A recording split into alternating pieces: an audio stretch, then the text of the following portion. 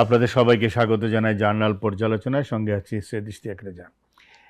এই শহরে আমরা যখন নানা বিষয় নিয়ে কথা বলি, ঠিক তখনই প্রতি বছর এই সময়টাতে একটা শহর কতটা বাসযোগ্য তা নিয়ে একটি সূচক প্রকাশিত হয়।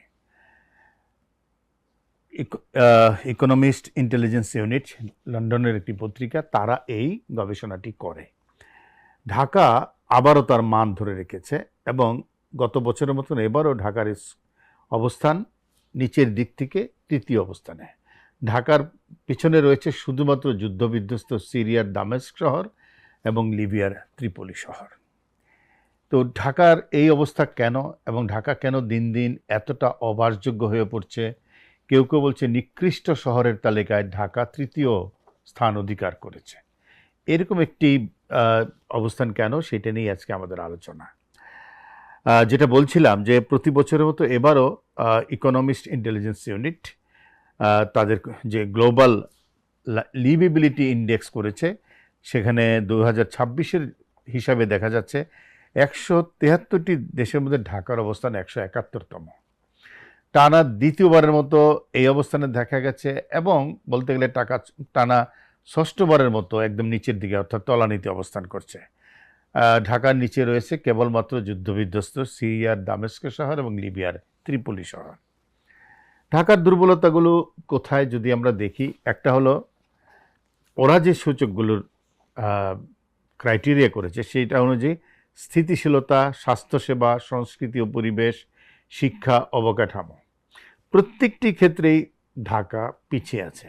ঢাকার স্কোর মাত্র 42, যেখানে এশিয়ার গড় পর্যন্ত 74। অর্থাৎ ঢাকা যদি আরেকটু ভালো হতো তাহলে কিন্তু দেখা যেত যে এশিয়ার গড় একটু ভালো হয়েছে। ঢাকা ঠিক উপরে অবস্থান করছে পাকিস্তানের করাচি শহর।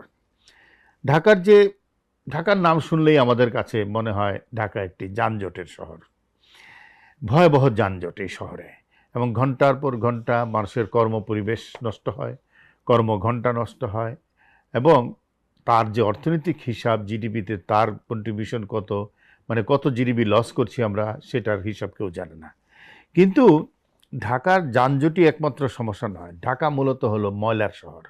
এত আবর্জনা ঢাকার সারা শহরে ছড়িয়ে ছিটিয়ে আছে যা চিন্তা করা যায় না, এবং এটার একটা অন্যতম কারণ হলো অতিরিক্ত জনঘনত্ব। ঢাকা আয়তনের তুলনায় মানুষ বেশি এবং ভয়ঙ্কর রকমের গিজগিজ করে মানুষ থাকে।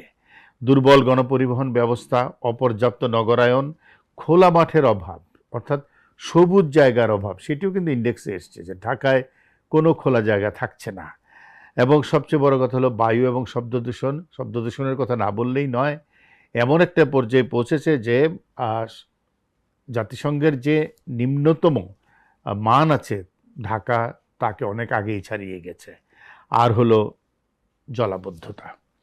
একটু বৃষ্টি হলেই ঢাকা জলজটে আটকে যায়, এবং একথাও বলা হয় যে ঢাকায় আসলে বৃষ্টিও লাগে না, আকাশে মেঘ দেখলেই ঢাকা আসলে ভেসে যায়। অবনতির কারণগুলো কি কি? এটা একদিনের কারণ নয় বা এক বছরের কারণ নয়, দীর্ঘদিনের কারণেই কিন্তু এটা হয়েছে। দীর্ঘ পরিকল্পনার ঘাটতি, আইন বাস্তবায়নের দুর্বলতা, নগরের ব্যবস্থাপনায় সীমাবদ্ধতা, এবং যে আমাদের যে বিস্তারিত পরিকল্পনা আছে, ডিটেল এরিয়া প্ল্যান, ডেপ, সেগুলো দেখবেন যে সরকারি সংস্থায় সেগুলো মানছে না। অর্থাৎ যেই পরিকল্পনা করা হচ্ছে তারা এটা মানছে না।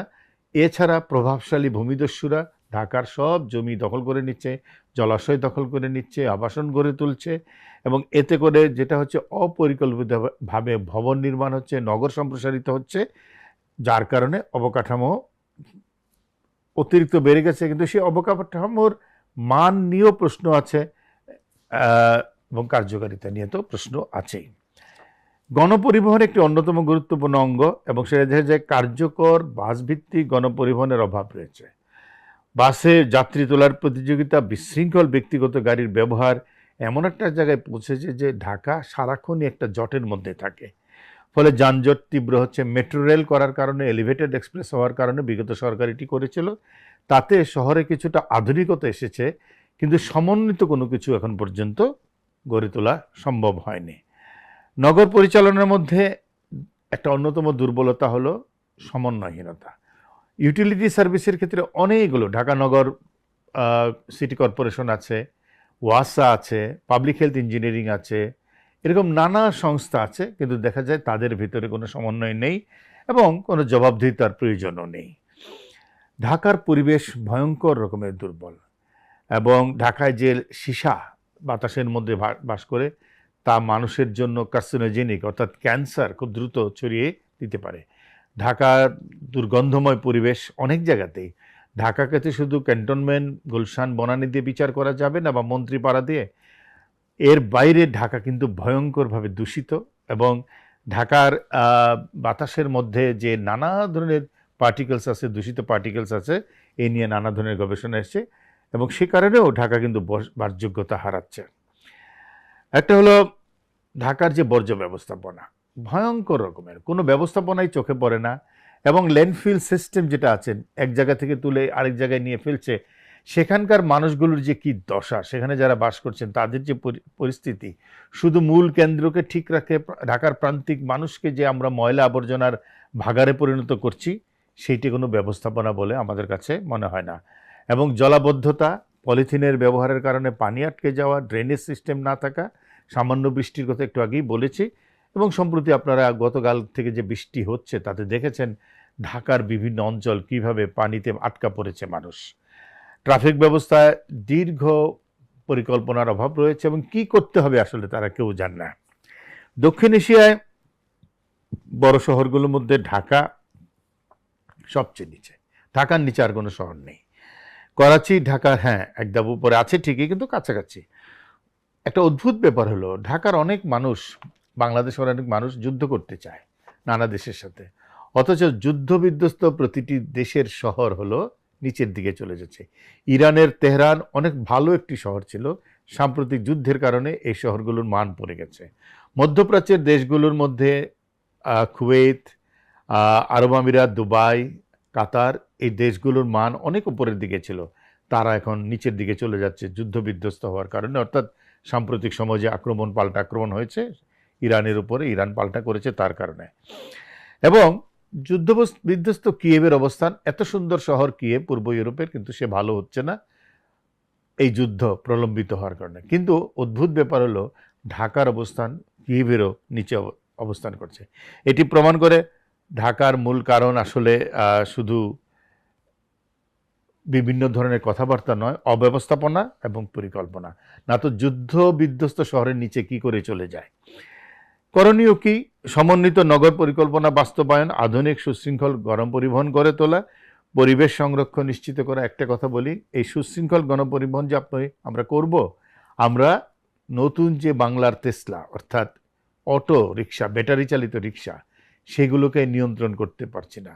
পুরো শহর নিয়ন্ত্রণহীনভাবে তাদের দখলে চলে যাচ্ছে, এবং কোথায় উন্নতি হবে আরও খারাপের দিকে ঢাকা শহর যাচ্ছে, এবং ঢাকা কার্যত দখল হয়ে গেছে ব্যাটারি চালিত অটোরিকশার দখলে। আইন কার্যকরভাবে বাস্তবায়ন, জনঘনত্ব নিয়ন্ত্রণ, ঢাকা থেকে মানুষ কমাতে হবে। ঢাকা এমন একটি অবস্থা হয়েছে যে সারা দেশের মানুষ মনে করে ঢাকায় গেলে একটা চাকরি জুটবে, নিজের পক্ষে একটা কাজ জুটবে, খেয়ে পরে বেঁচে থাকতে পারবো। এমনকি সরকারি কর্মকর্তারা যারা ঢাকার বাইরে পোস্টিং পান, তারা তাদের পরিবার ঢাকায় রাখেন। কারণ হলো ঢাকার বাইরে লেখাপড়ার পরিবেশ নেই, সুযোগ সুবিধা কম। তারা মনে করে এটা শিক্ষা দীক্ষার পাশাপাশি স্বাস্থ্য অর্থাৎ চিকিৎসা সুবিধাও কম। তো ঢাকাকে চাপমুক্ত করতে হলে মফস্বল শহরকে উন্নত করতে হবে, এবং এই কথাগুলো আমরা বহুদিন ধরেই বলে আসছি যে ঢাকার বাইরের দিকে দৃষ্টি দিন।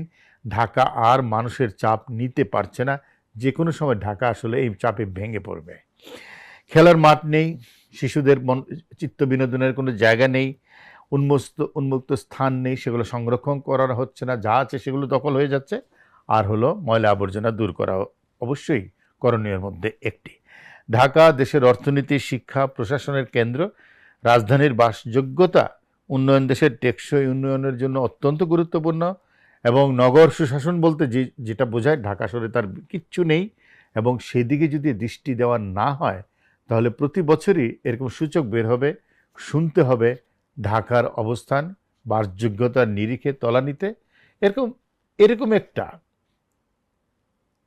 বাসযোগ্যতার নিরিখে নিচের দিকের শহর যে দেশের রাজধানী, সেই দেশে বিনিয়োগ করতে আসবে কে? সরকার যে এত বিনিয়োগ করে, বিদেশি বিনিয়োগ চায়, আসলে কে আসবে এই শহরে? আজকের মতো জার্নাল পর্যালোচনা এখানেই শেষ করছি। সবাই ভালো থাকবেন।